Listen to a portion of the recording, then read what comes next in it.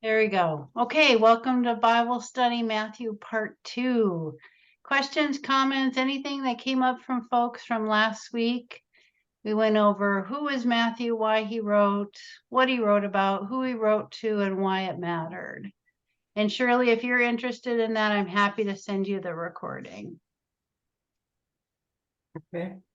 Questions, comments? Everybody good? Well, he sure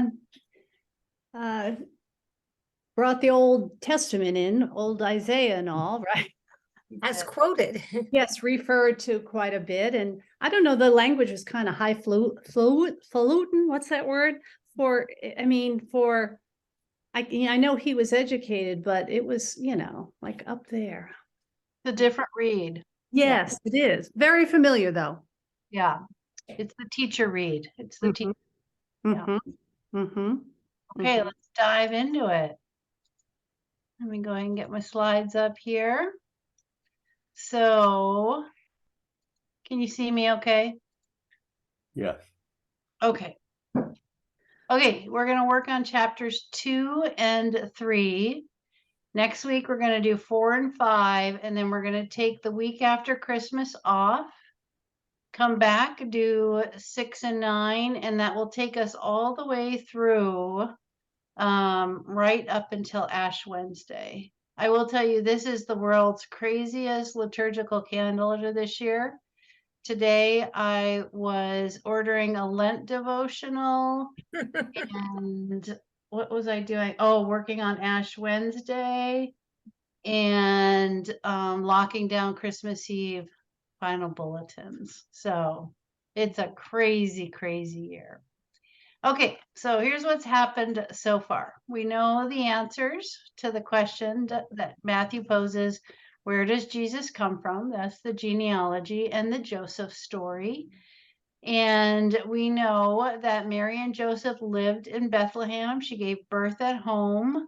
And Nazareth is going to become their home after they return from Egypt.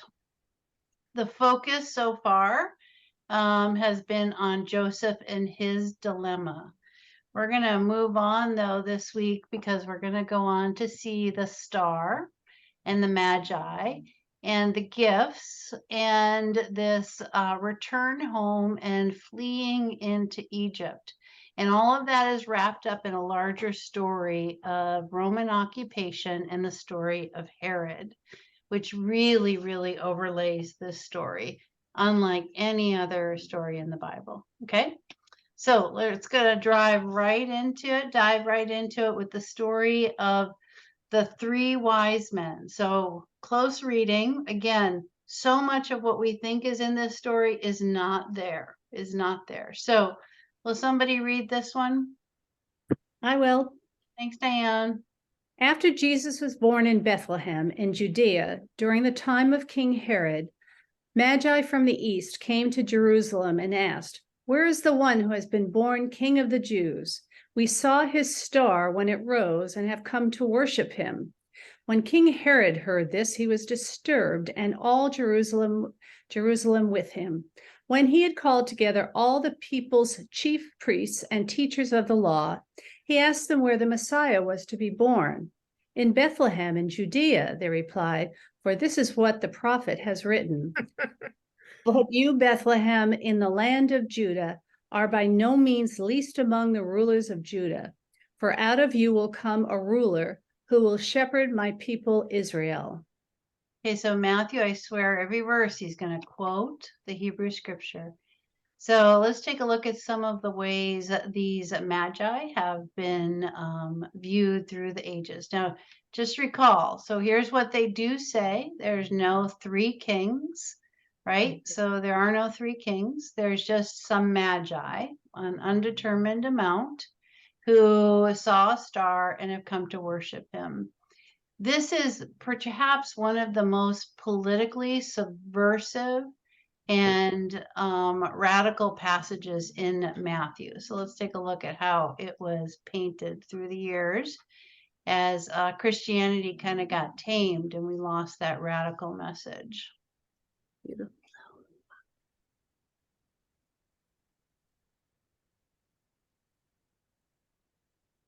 I have 2 pugs snoring today, you'll hear.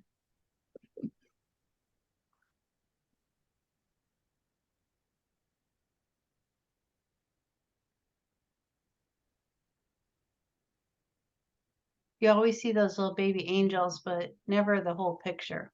Yeah. Okay, so here's what we don't know about the Magi. We don't know that they were kings. We don't know where they came from, and we don't know how many there were. So all of that was layered on years and years and afterwards. So here's some theories about who they were, that they were astrologers or from Persia, that they were Zoroastrians, and had been studiers of the stars and had come. That term magi, it could refer to magicians, it could refer to astrologers, it could refer to beings who are experts in interpreting dreams. So why are they in Matthew's story? To prove a point. They are here to prove a point that it is fulfillment of the prophecy of Isaiah, that powerful people one day will recognize the heaven-sent King of Israel and come and pay their homage with rich gifts. That is Isaiah. So that's what Isaiah predicts about the Messiah. Matthew goes back to his source document and he reads into it. Well, if Jesus is the Messiah, then this Matthew prediction must be true. That's why we have the wise men, because of Isaiah. Okay, chapter 2, let's dive into Herod's story, which is a crazy story. Will somebody read that one? Well, I will. Thanks, Shirley. Then Herod called the Magi secretly and found out from them the exact time the star had appeared. He sent them to Bethlehem and said, "Go and search carefully for the child. As soon as you find him, report to me, so that I too may go and worship him." After they had heard the king, they went on their way, and the star they had seen when it rose went ahead of them until it stopped over the place where the child was. When they saw the star, they were overjoyed. On coming to the house, they saw the child with his mother Mary, and they bowed down and worshipped him. Then they opened their treasures and presented him with gifts of gold, frankincense, and myrrh. And having been warned in a dream not to go back to Herod, they returned to their country by another route. There are no camels. No camels. They walked. That is read into that passage, right? They didn't show up on the camel. Okay, some symbolism. Matthew didn't just make these gifts up. Very deliberate. Gold, associated with kings, affirms that Jesus is the King of Kings. Frankincense was used in churches and indicates that people would worship Jesus. And myrrh is the perfume that's put on dead bodies to make them smell nice. And Christian tradition has read into it that it showed the suffering death of Jesus. This is, I think, a more fascinating way to think about the gifts. So there are a lot of 3 wise men memes out there. Okay, so the star. Interestingly enough, scholars think it might have been Halley's Comet. It did come through in somewhere around the first decade of BCE, but that would have been a little early for this story unless Matthew did a lot of revisionistic history. Could have been some sort of supernova. Astrologers also know that in 7 BC, Jupiter and Saturn lined up a few times. Jupiter was known as the royal planet. Saturn represented the Jews, meaning a new king of the Jews was to be born. So it may have been tied to that astrological alignment if it occurred. Okay, chapter 2, the gifts that they are bringing are intended for kings. These are royal gifts. That's what makes this political dynamite is of a passage. That's why this is one of the most subversive passages that Matthew's going to write, Because in this, he's saying Jesus is the true king of the Jews, and by saying that, you are saying that Herod is the imposter and the fraud, and so is the whole Roman imperial system. So again, put that in context of when Matthew is writing this, some 7 to 10 years after the destruction of the Roman temple, or the Jewish temple, after the sack of Jerusalem. We've learned in other classes that when Rome came in to put down that rebellion, they probably killed more Jews than were killed in the Holocaust. It was an incredibly awful, brutal time for the Jews. And the Roman forces put that rebellion down in a horrific, deadly, tragic way. When they were done putting down that rebellion in the 60s, the Jews that were alive were spread all over the Roman Empire, or they were slaves, right? So one of two things happened.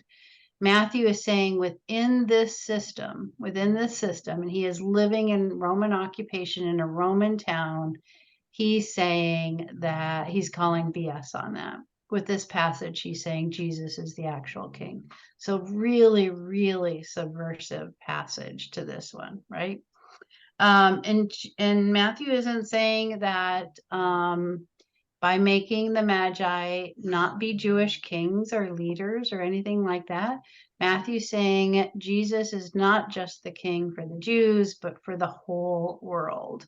So this is going to tie right back around when we finish Matthew and this thing that's in Matthew that is totally unique to him, which is the Great Commission, where Jesus, upon resurrection, is going to tell the disciples to go out and make disciples of every nation, that this is far bigger than a religion for the Jews. Okay.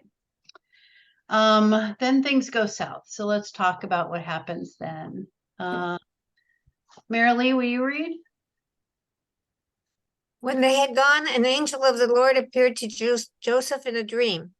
Get up, he said, take the child and his mother and escape to Egypt. Stay there until I tell you, for Herod is going to search for the child to kill him. So he got up, took the child and his mother during the night and left for Egypt, where he stayed until the death of Herod. And so was fulfilled what the Lord had said through the prophet, out of Egypt I called my son. Okay, we're fulfilling scripture here, right? In one of the most awful passages where Jesus and the family have to flee, and Herod goes after killing all these babies. Something that those of you who were with me in Genesis and Exodus should see some familiarity to. All you have to do is look at tonight's news to see the familiar. So this is not this is a story that is unique to Matthew. It doesn't occur anywhere else, this fleeing into Egypt. It is a story that is held especially sacred by Egyptian Coptic Christians.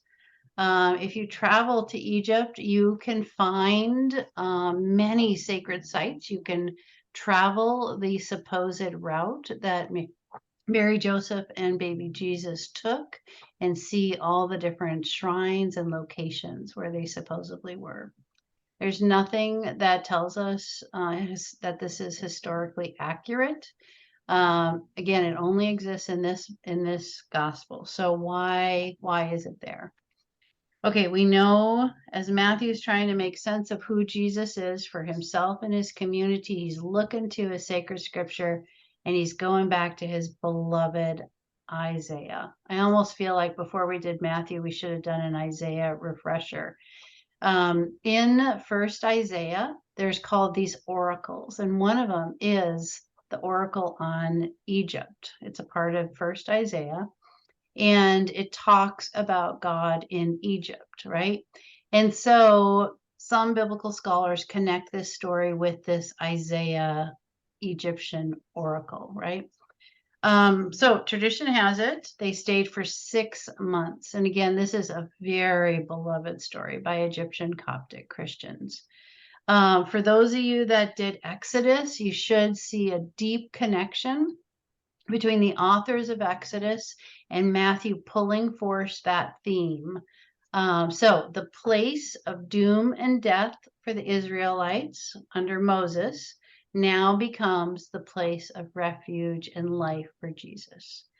And probably most importantly, I think where this story feeds truth is Jesus was a refugee. That is an incredibly compelling part of this story. And a lot of modern day theologians and artists pull this story forward as a global community struggle with the refugee crisis. So here's some of the depictions of Mary, Jesus, and Joseph in modern day refugee situations.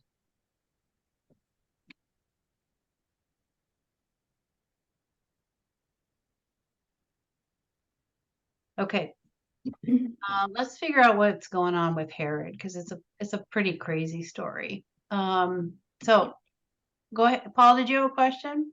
No, I was going to volunteer to read. Oh, good. Paul, will you read? Okay. When Herod realized that he had been outwitted by the Magi, he was furious, and he gave orders to kill all of the boys in Bethlehem and its vicinity who were 2 years old or under, in accordance with the time he had learned from the Magi. Then what was said through the prophet Jeremiah was fulfilled. A voice is heard in Ramah, weeping and great mourning, Rachel weeping for her children and refusing to be comforted because they are no more. The two things we should hear echoes on, echoes to the beginning of the Exodus story. So we spent time with this story in the last Bible study.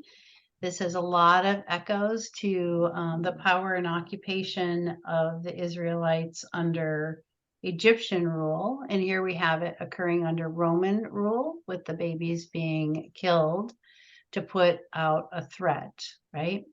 And then we have Matthew now turning to the prophet Jeremiah. So he's turning to his Hebrew scripture. Go ahead, Shirley.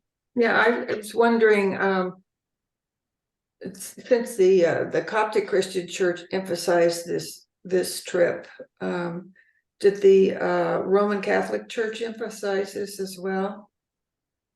I could tell you that so the Coptic Church is a part of the Catholic Church.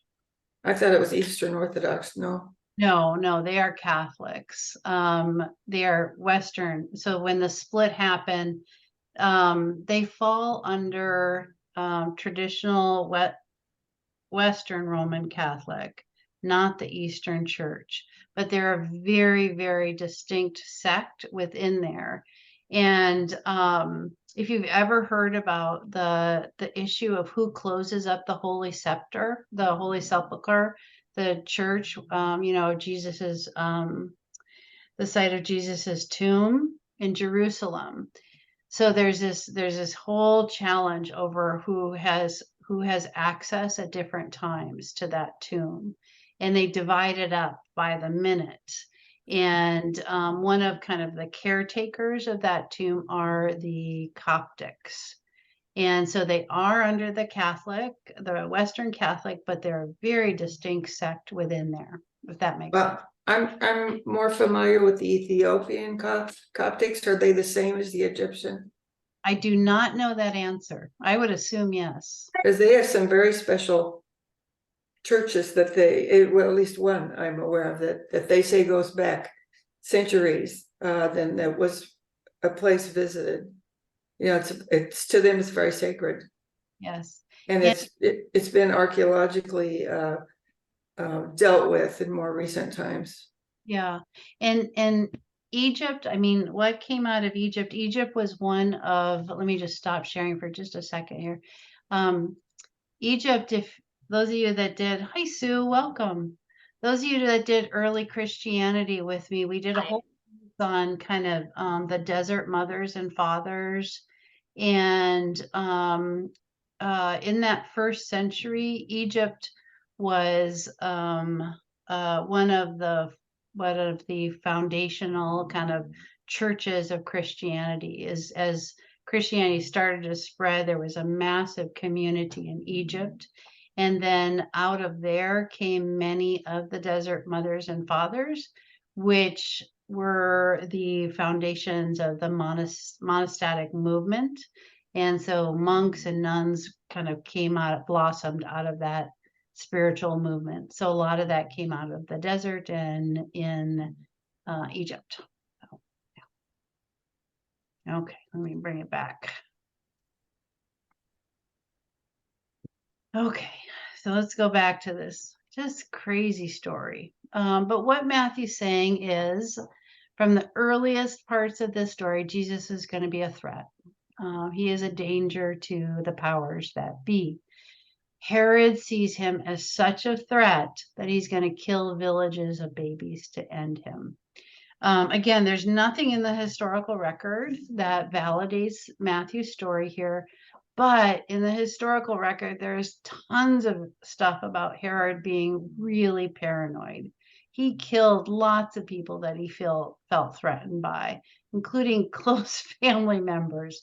The guy was a little unhinged. So I think what's really important to remember is Jesus is being born into an occupied land, into a time of trouble, tension, violence, and fear. So that's what Jesus is being born into.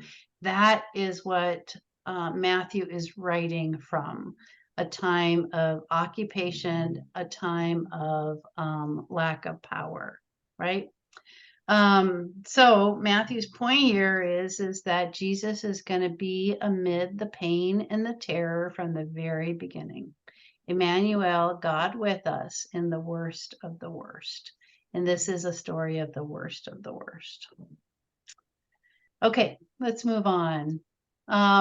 Steve, would you like to do a reading? Sure. Go ahead. After Herod died, an angel of the Lord appeared in a dream to Joseph in Egypt and said, "Get up, take the child and his mother and go to the land of Israel, for those who were trying to take the child's life are dead." So he got up, took the child and his mother and went to the land of Israel. But when he heard that, I can't ever say that word, Archelaus was reigning in Judea in place of his father Herod, he was afraid to go there.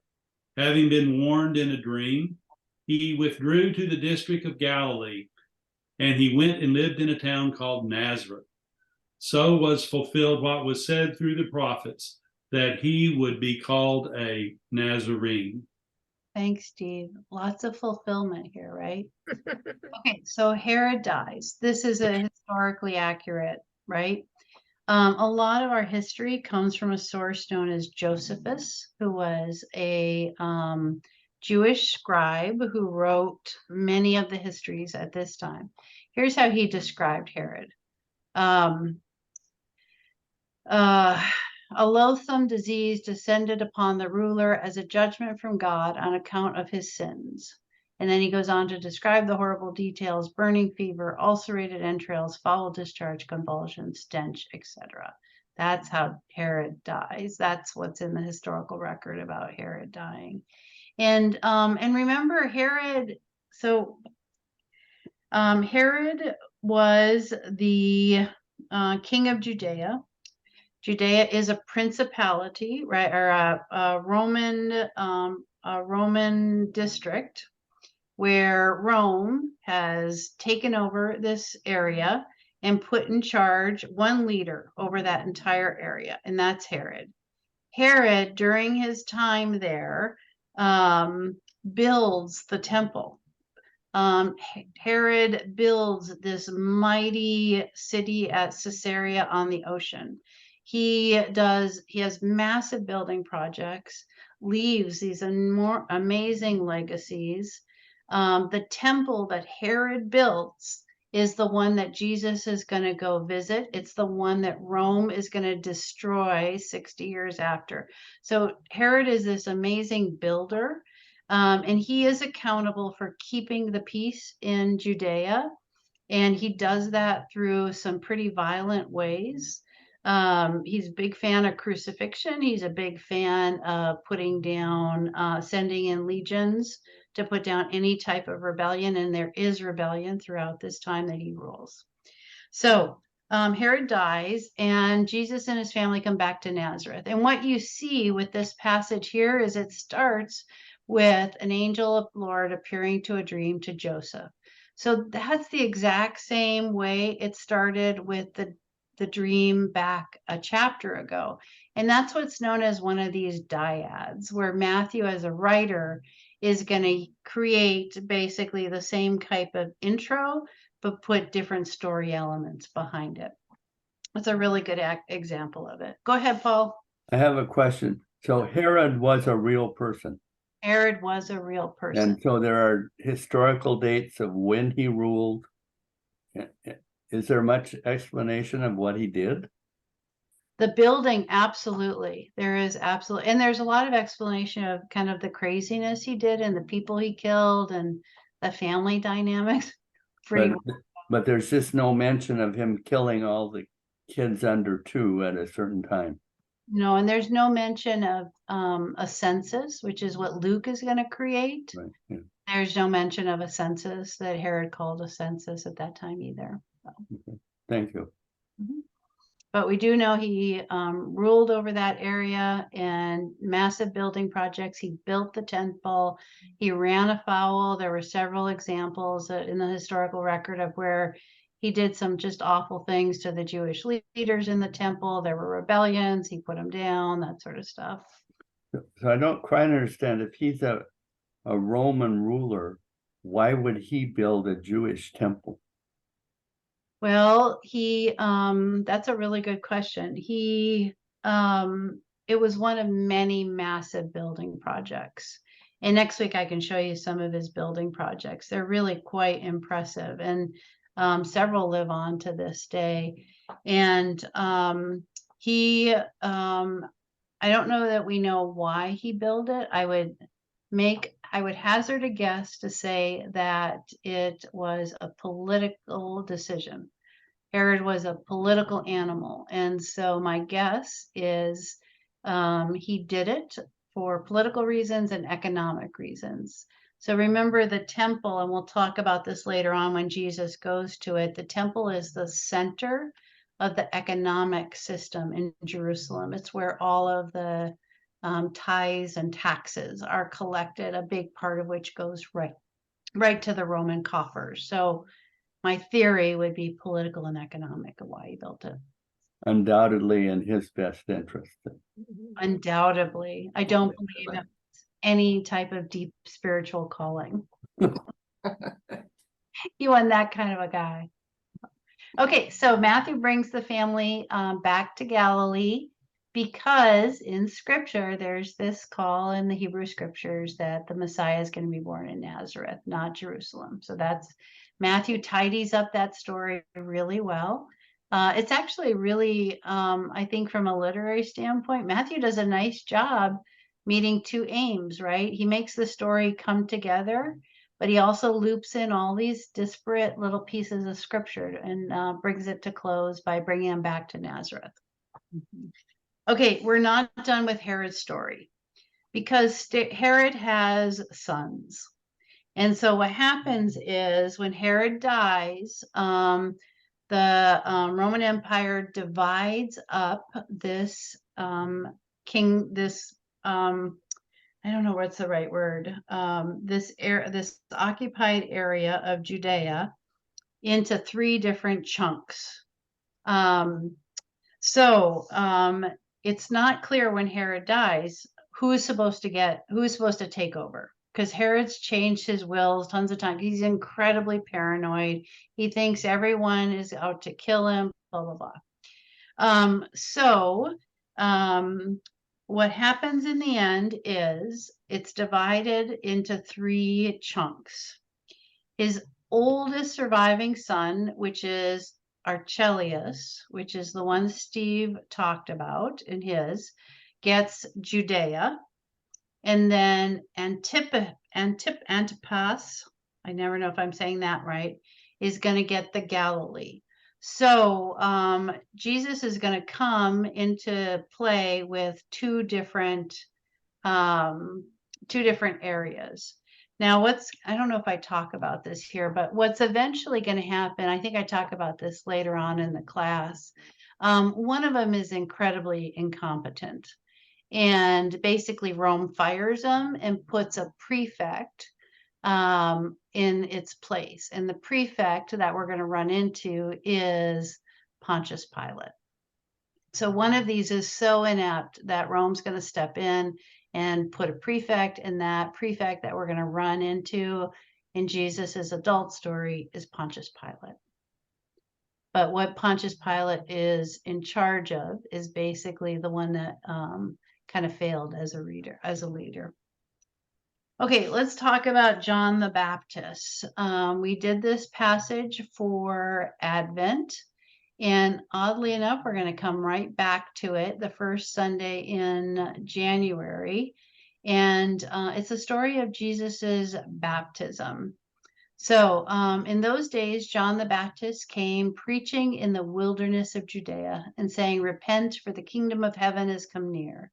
This is he who was spoken through the prophet Isaiah, a voice of one calling in the wilderness, prepare the way for the Lord, make straight paths for him."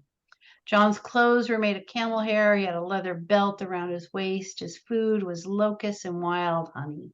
And people went out to him from Jerusalem and all Judea and the whole region of the Jordan. Confessing their sins, they were baptized by him in the river Jordan. So in Matthew's gospel, this is the first time we meet him. No backstory, no connection, no nothing. It's just John at the river. In Luke, and this is where you got to be real careful about conflating stories, because Luke has introduced John way earlier in the story as a baby born to Elizabeth, right? So, and in that story, and this is the one we're going to actually do this Sunday, that is the baby that leaps in Elizabeth's belly when they encounter Mary and Jesus, Mary who just found out she's pregnant with Jesus. And John is introduced as Jesus's cousin. No indication that that's a real component. That's unique to Luke. And again, we don't see it in Matthew. Matthew, all we get is John at the River Jordan. So Matthew is going to quote Isaiah in this great message of forgiveness. And this will be review for those of you that did Isaiah. But this passage in Isaiah, again, what happened with the Babylonian exile is Babylon came in, crushed Jerusalem, destroyed Jerusalem, and took away the rulers, the scribes, the wealthy people, all the people of influence, the artists, took them back to Babylon, where they were for decades. Generations pass while they're in Babylon. And then Babylon is defeated, and the new kind of ruler says, in our model, we want you to go home. We don't want you to stay in Babylon. Go back, restore Jerusalem. You don't have to stay here. So this passage in Isaiah is basically the prophet Isaiah saying, come home, come back across the desert from Babylon to Jerusalem, come home. That's what Matthew is citing in these. And this is what John is using, is that call there.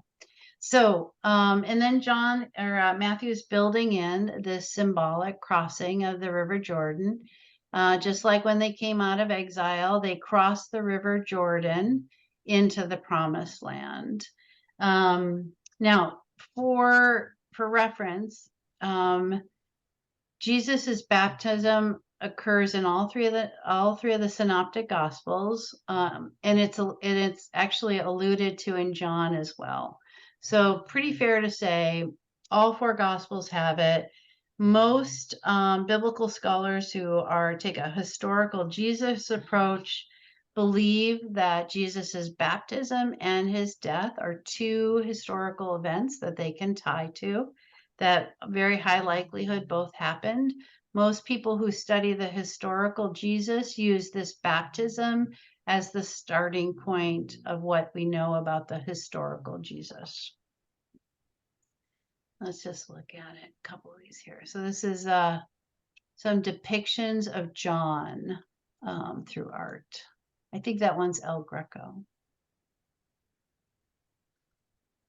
Okay, so let's start back. Diane, are you still on? Yeah. Will you read this one? Yes. Then Jesus came from Galilee to the Jordan to be baptized by John. But John tried to deter him, saying, I need to be baptized by you, and do you come to me?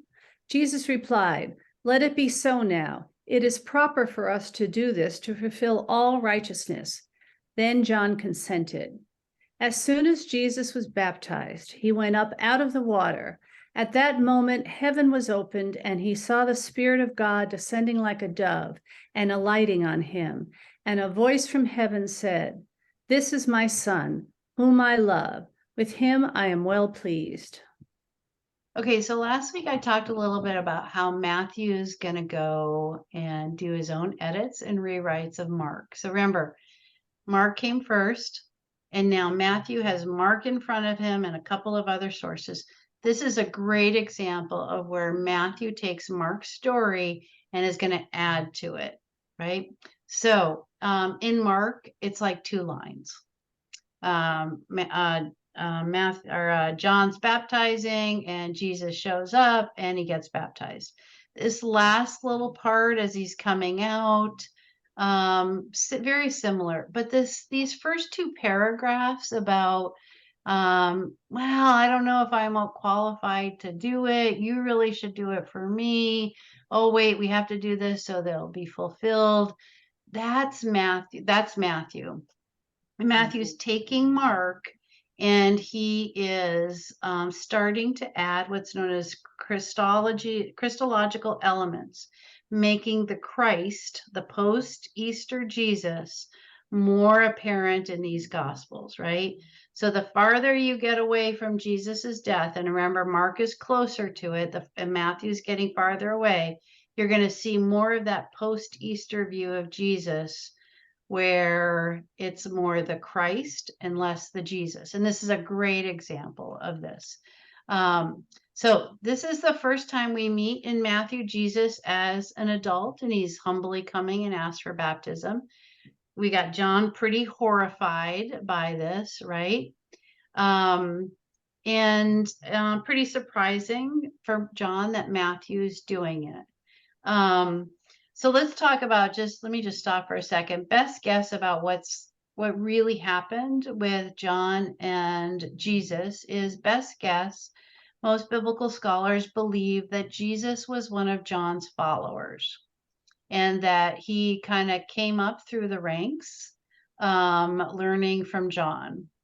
When John is jailed and ultimately killed, that's the spark that sends Jesus out for his own ministry. That's kind of the theory, the best thinking theory about the Jesus and John connection. They weren't related, and Matthew doesn't have them. Again, only Luke has that. They weren't related, but that Jesus was a follower of John and then came into his own and really started his ministry independent of John when John was captured. So that's the best guess on the connection of those 2. Okay, let me stop sharing there and just check in. Questions, comments, anything on what we've done so far? Go ahead, Shirley.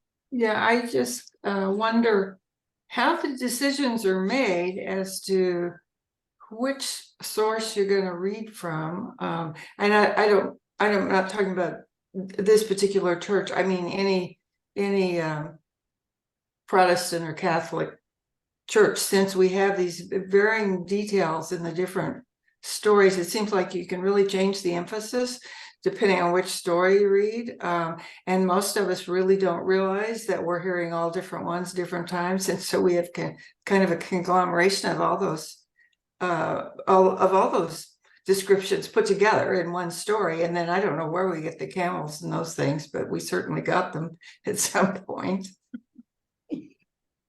I mean, you think about, what the creche, the manger that's on my living room table right now.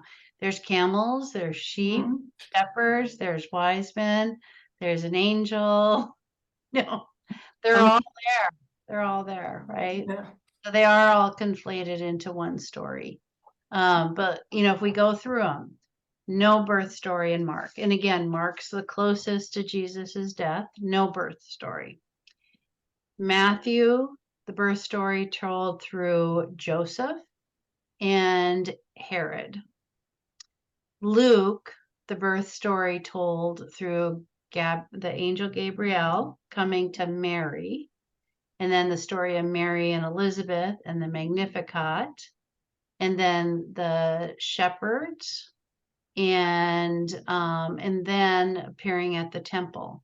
So that's what's in Luke, right? John begins, in the beginning there was the Word, right? That's the birth story narrative in John. There's nothing else. So all of the stories we understand about this holiday season are drawing upon us merging together Matthew and Luke. So Luke is the only one who brought in the shepherds, added the shepherds to the story. Yes. Maybe the donkey too. And if you think back, those of you that did the Luke class with me, Luke really had a special emphasis on the marginalized. Mhm. And so it was really critical for Luke to show that who did the message come to? It didn't come to the high and mighty, it came to the shepherds on the hill. So that's really in line with what we learned about Luke and his audience and what he was trying to get across. It's really fascinating how each four of them has a different bent. They're writing for a unique audience. They have specific aims they're trying to accomplish. And they even have different viewpoints of Jesus, right? So now we're starting to see with Matthew this kind of elevation of Jesus. The less human, the more Christ-like Jesus. Okay. Instead of sending you into groups, I'm going to share the question for reflection in chat, and we're just going to stay together for this one. What can we take from Matthew's birth narrative to find meaning in this holiday season? Is there anything to mind from Matthew's birth narrative? The angel coming to, it starts, right, with the genealogy, including some of the bad women of the Bible, sketchy women of the Bible. It continues with the angel coming to Joseph, the fleeing into Egypt, and then the return and the wise men. So anything we can take from that birth narrative to find meaning this holiday season?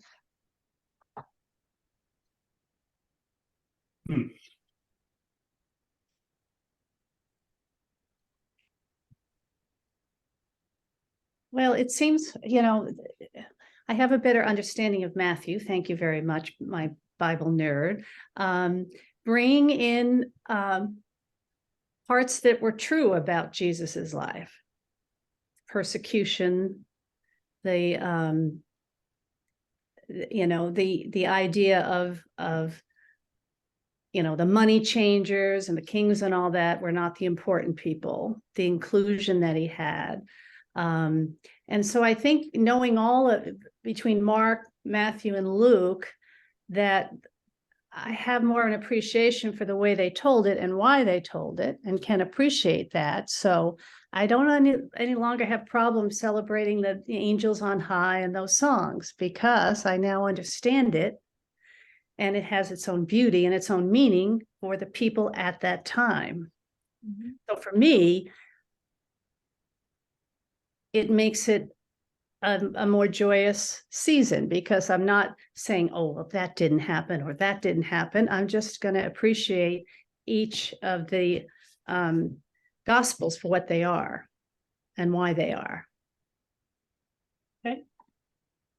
I'm going to go that it just gives another point of view of the incarnation, which is what I always see this part of the year is about, the Advent leading up to God with us. And so Matthew, I really enjoyed what you talk about coming into our suffering, coming into it, that God doesn't just show up with angels and, you know, miraculous birth or whatnot. God is in the dirty details. Yeah. Which also kind of, I keep thinking of the newsreels that we see it now, you know, and of babies being killed and all of this still going on. And where are we? We haven't gotten very far at all. It's, you know. I'm kind of like Mary Lee. I see it as times can be joyous, but times can be with great peril. And in that way, we're still in that same kind of human condition. No. And Jesus was a refugee, you know. I mean, just that line is enough. Yeah. I think for me, I'm pertaining to the story more, but believing the dreams, the Magi and Joseph they had faith to go out of danger and take Jesus out of danger. And there was danger at that time. And I find it interesting that they call that a dream. So, I mean, I feel like there was faith in those people to avoid keeping the baby, taking the baby to a safe place, saying that Jesus was a refugee. Yeah, I think so. Paul, any thoughts from you?